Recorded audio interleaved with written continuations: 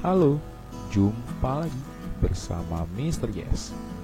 Materi kali ini berjudul perbandingan dua besaran yang sejenis. Materi perbandingan ini dipelajari di kelas 7 semester genap pada kurikulum 2013. Apa aja sih yang mau dipelajari dalam materi perbandingan? Oke, mari kita simak pembahasan materinya. Nah, di hadapan kalian sekarang sudah terlihat ada dua benda miniatur ya, mainan pesawat-pesawatan atau miniatur pesawat terbang.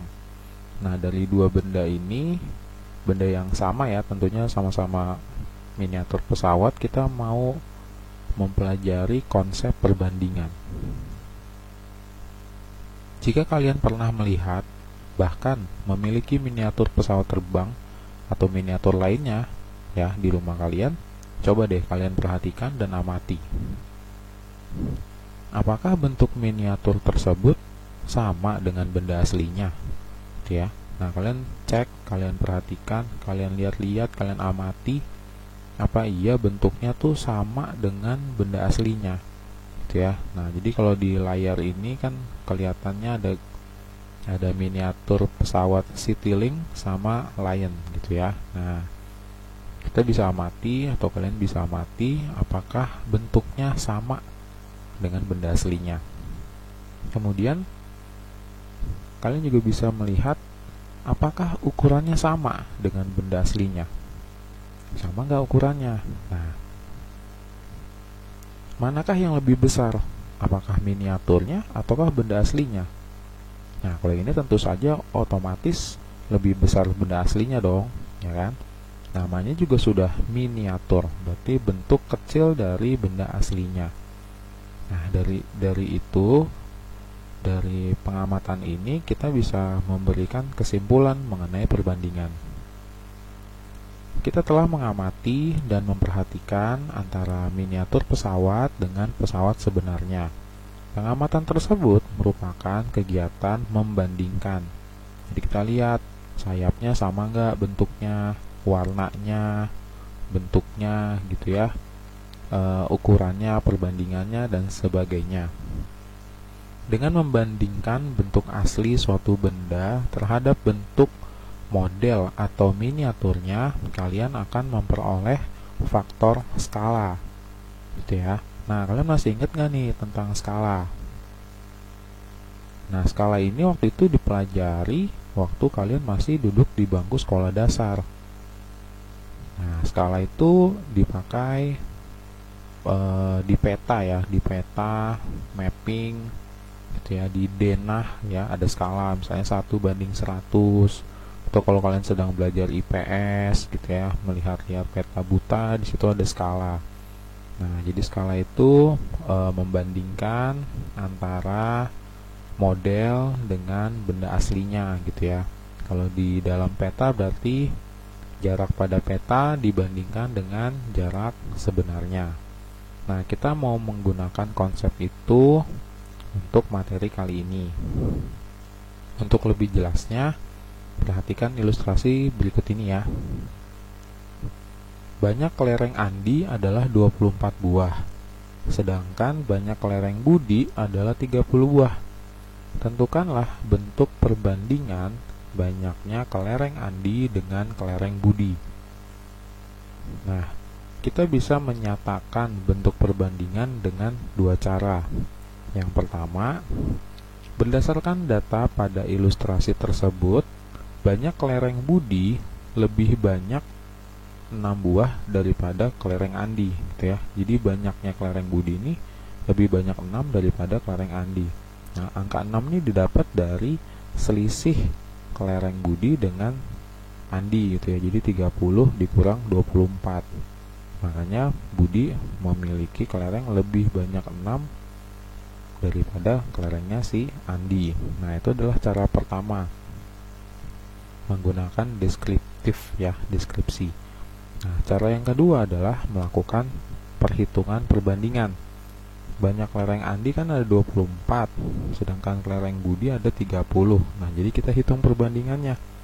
Nanti menjadi 24 banding 30. Kemudian kita sederhanakan dengan cara kita bagi dengan angka FPB-nya. FPB-nya 24 dan 30 kan 6 ya. Jadi 24 dibagi 6 hasilnya 4 dan 30 dibagi 6 hasilnya 5. Jadi bentuk perbandingan yang paling sederhana untuk ilustrasi ini adalah 4 banding 5. Nah, berdasarkan ilustrasi di atas ya, atau berdasarkan ilustrasi tersebut, kita memperoleh bahwa perbandingan atau rasio adalah membandingkan dua atau lebih suatu besaran atau variabel yang sejenis. Nah, jadi di sini letak sejenisnya pada ilustrasi di sini adalah kelereng, gitu ya. Bendanya sama-sama kelereng, makanya bisa kita bandingkan jumlahnya. Nah, jadi itu maksud dari besaran yang sejenis, gitu ya. Nah, jadi kalau misalnya tidak sejenis, tidak bisa dibandingkan, gitu ya. Kalau tidak sejenis, maka tidak bisa kita bandingkan. Oke? Teng. Nah, setelah kalian sudah memahami tentang konsep perbandingan, kita akan belajar menyederhanakan perbandingan dari dua besaran yang sejenis. Nah, jadi kita harus menyederhanakan ya. Dalam menyederhanakan perbandingan dua besaran yang sejenis, ada hal-hal yang perlu kalian lakukan. Apa saja? Yang pertama adalah kalian harus memastikan bahwa kedua besaran memiliki bentuk yang sejenis atau mempunyai satuan yang sama, gitu ya. Jadi kalian harus pastiin yang kalian bandingin itu sama. Misalnya kalau dia di persegi panjangnya ada 2, nah maka panjang yang pertama dibandingkan dengan panjang yang kedua. Nah, itu maksudnya itu ya. Yang sisinya sama, bentuknya sama. Jangan panjang dibandingin sama lebar. Nah, nanti terjadi kesalahan atau kekeliruan. Kemudian yang berikutnya, kalian harus menghitung hasil baginya. Seperti contoh yang di ilustrasi sebelumnya, tadi kan ada tertulis, atau kalian bisa lihat di layar, atau di menit sebelumnya, ada 24 banding 30. Gitu ya. Nah, itu disederhanakan menjadi 4 banding 5. Nah, itulah yang dinamakan dengan menghitung hasil bagi. Hasil bagi kedua besaran tersebut merupakan suatu bilangan yang paling sederhana, berbentuk A per B atau bisa ditulis A banding B. Nah, jadi perbandingan itu bisa diartikan juga dengan pecahan, gitu ya, sama artinya dengan bentuk pecahan. Oke. Nah, cara menyederhanakan suatu perbandingan sama dengan menyederhanakan bilangan pecahan, yaitu dengan cara membagi pembilang dan penyebutnya oleh FPB dari pembilang dan penyebut tersebut. Nah, jadi kalian harus bisa menggunakan atau menghitung FPB ya, supaya bisa menyederhanakan bentuk perbandingan. Oke. Nah, sekarang kita coba dalam contoh, gitu ya. Nah, misalnya sudah menyiapkan, ada contoh yang pertama. Sederhanakanlah bentuk perbandingan dari 8 cm dibanding 0,12 meter, gitu ya. Nah, bagaimana langkah demi langkah untuk menyederhanakan perbandingan tersebut? Oke, nah, pembahasannya adalah yang pertama kalian harus menyamakan satuannya, gitu ya, seperti yang tadi dibahas di sebelumnya atau diinformasikan sebelumnya bahwa kalian harus menyamakan satuannya. Nah, 0,12 kan dalam meter, sedangkan yang 8 dalam sentimeter. Nah, kita samakan dalam bentuk sentimeter. Nah, kalian ingat ya bahwa 1 meter itu kan sama dengan 100 cm. Oleh karena itu 0,12 meter berubah menjadi 12 cm, karena 0,12 nya dikali dengan 100, makanya jadi 12 cm. Nah, sekarang kalau satuannya sudah sama, yang kalian lakukan adalah hilangkan satuannya. Nah, jadi sentimeternya itu bisa dihilangkan, sehingga hanya tertulis 8 banding 12. Nah, setelah itu kita mencari FPB antara 8 dengan 12. Ya, kita nyari FPB supaya bisa menyederhanakan bentuk 8 banding 12. Nah, jadi 8-nya itu dibagi sama FPB. Berarti 8 dibagi 4. 12-nya juga dibagi 4. Sehingga kita dapat hasil perbandingan yang paling sederhananya adalah 2 banding 3. Nah, bagaimana? Kalian paham kan? Ini kan mudah sekali ya. Jadi modalnya adalah menyamakan satuan, kemudian kalian hilangkan satuannya, kemudian kalian gunakan ilmu FPB kalian, lalu disederhanakan. Nah, jadi mudah sekali ya. Oke, kita coba lagi contoh kedua supaya kalian lebih terbiasa lagi dan lebih paham.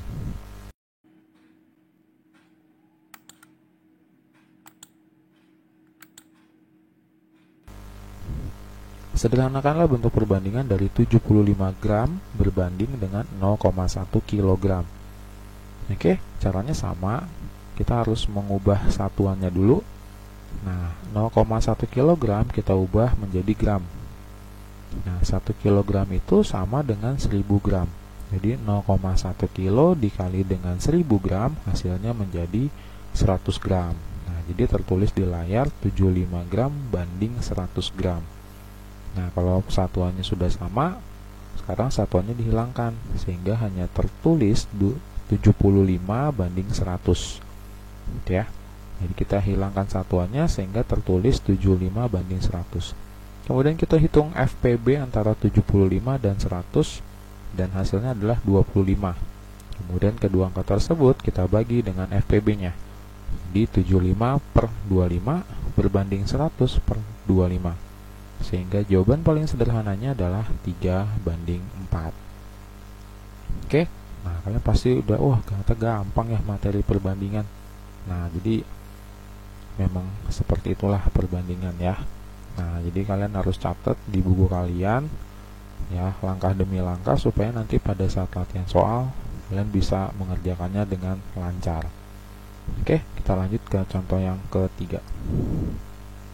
Sederhanakanlah bentuk perbandingan dari 1/1/2 berbanding 4/1/2. Nah, sekarang kan bentuknya pecahan campuran ya. Oke, nah di dalam pembahasannya, langkah pertamanya adalah kalian harus mengubah pecahan campuran ini menjadi pecahan biasa. Nah, jadi 1/1/2 berubah menjadi 3/2 ya. 1 kali 2 tambah 1 jadinya 3/2. Dan 4/1/2 diubah menjadi 9/2 ya. Dapatnya dari 4 kali 2 kan 8 tambah 1 9, jadi 9/2. Nah, langkah berikutnya adalah kalian harus melakukan perkalian kebalikan. Nah, jadi 9/2 nya dibalik jadi 2/9. Jadi 3/2 dikali 2/9.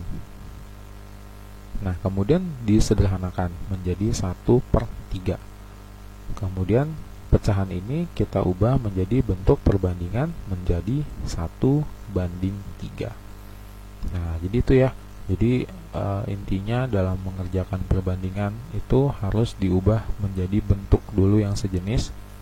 Setelah sudah sejenis, pastikan satuannya sama. Kemudian tinggal diolah aja. Oke, kita lanjut ke contoh berikutnya. Contoh keempat. Nah, ini soal cerita ya. Ayah mempunyai uang sebesar Rp180.000. Uang tersebut akan dibagikan kepada kedua anaknya, namanya Denny dan Desi, dengan perbandingan 5 berbanding 4. Tentukan besar uang yang diperoleh oleh Denny dan Desi.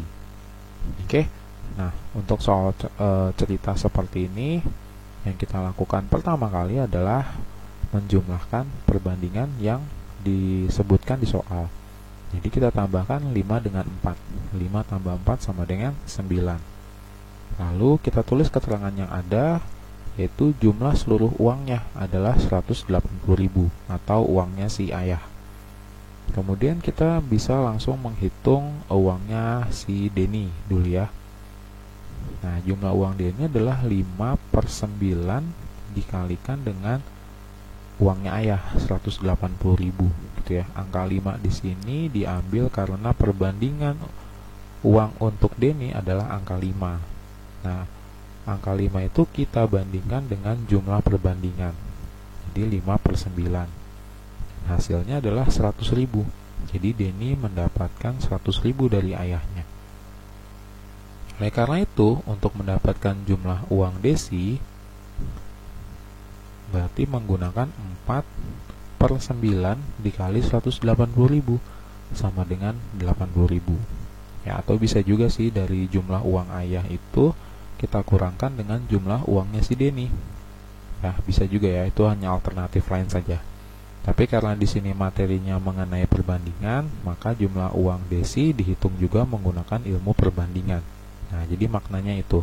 Tapi nanti kalau di dalam soal kalian mau mengurangkan uang si ayah dengan jumlah uang Denny juga nggak apa-apa, boleh juga. Teng teng.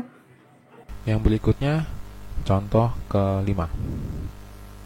Titik-titik berbanding 25 sama dengan 3/5.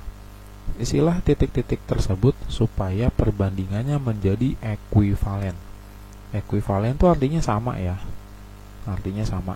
Jadi seimbang gitu ya. Nilainya sama. Oke, bagaimana kita mengerjakan soal seperti ini? Mengisi titik-titik. Oke. Nah, langkah pertama, kalian harus mengubah bentuk soalnya menjadi pecahan. Oke. Nah, kemudian kita menggunakan ilmu aljabar atau PLSP yang sudah kita pelajari pada saat semester ganjil. Nah, lambang titik-titik atau titik-titik pada soal digantikan dengan variabel X, sehingga kita bisa tuliskan menjadi X/25 sama dengan 3/5. Oke ya, tanda banding berubah menjadi tanda per. Nah, jadinya pecahan. Setelah itu, kita menggunakan ilmu aljabar, kita harus lakukan supaya X-nya sendirian. Ya, X-nya harus sendirian di sebelah kiri tanda sama dengan, atau di ruas kiri. Bagaimana caranya?